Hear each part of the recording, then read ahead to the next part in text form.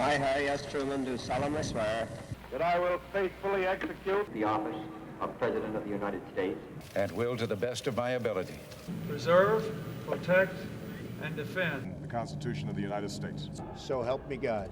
Congratulations, Mr. President. ڕۆژی ڕێوڕسمی گرتنە دەستی دەسەڵات جەختکردنەوەیە لە بەهات چەسپیوەکانی ئەمریکایی بۆ حکومەتێک کە تێیدا ڕابەرێکی نوێ سوێن دەخوات بۆ ئەوەی دەسەڵات بگرێتە دەست بە ڕەزامەندی ئەوانەی دەنگیان پێداوە. با ئێمە هیوای ئەم ڕۆژەدا ڕێژین بۆ شکۆمەندترین سات و هەڵدانەوەی لاپەڕەیەک لە مێژووماندا. بە خوێندنەوەی وتارێک سەرۆکەکان کارەکانیان دەست پێ دەکات کاشەوەی کارکردن بۆ 4 ساڵی داهاتوو ڕادەگەیەنن. تاکە شتێک کەلەی بترسین ترس خۆیەتی. پرسیاری ئەوە مەکە وڵاتەکە چیت بۆ دەکا، پرسیاری ئەوە بکە تۆ چی بۆ وڵاتەکەت دەکەیت. It's a real opportunity for American renewal. It is the first time. دەرفەتێکی ڕاستەقینەیە بۆ نوێکردنەوەی ئەمریکا. یەکەم جاریشە سەرۆک خۆی دەناسێنێت بە هەموو خەڵکی ئەمریکا. فرسەتی وەهای بۆ ناخوڵقێت جارێکی تر. لەبەر ئەوە ساتێکی گرنگە لە مێژووی ئەمریکادا. حکومەت بۆ چارەسەری گرفتەکانمان نییە، حکومداری خۆی لە خۆیدا کێشەیە.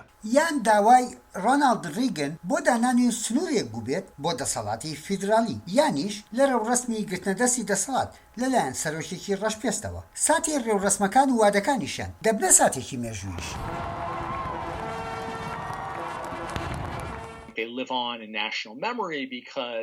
ئەوان لە یادەوەرینەتەوەیان دادەژین چونکە ئەوان بە شێوەیەکی فرەڕەهەندی قسە لەبارەی وڵات و ماوەی دەسەڵاتەکەی دەکات.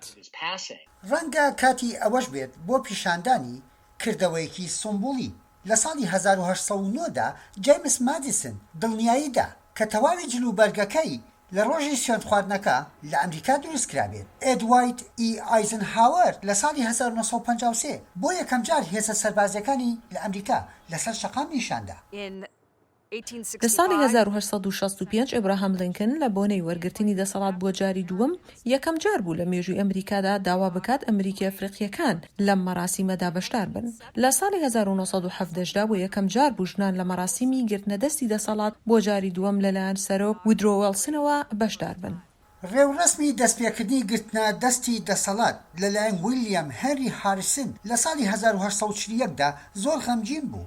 بە تەمەنترین سەرۆکی هەڵبژێردراوی ئەو کاتە بوو کە 68 ساڵ بوو. درێژترین وتاری لە مێژووی ئەو بۆنەیە پێشکەش کرد لە ماوەی 1 سەعاتدا و سەرڕای ئەوەی پلەی گەرما زۆر نزم بوو. ویستی نیشانی بدات کە بەهێزە و ئامادەیە بۆ ئەو پۆستە وەکو سەرۆک.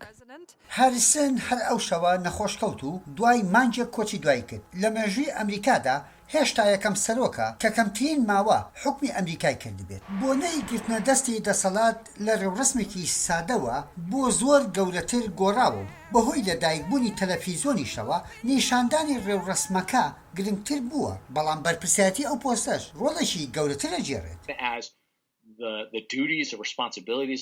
لەگەڵ گەشەکردنی ئەرک و بەرپرسیارەتی سەرۆک لەو باوەڕەدام ئێمە دەبینین کە مەراسیمەکان گەورەتر نیشان دەدرێن.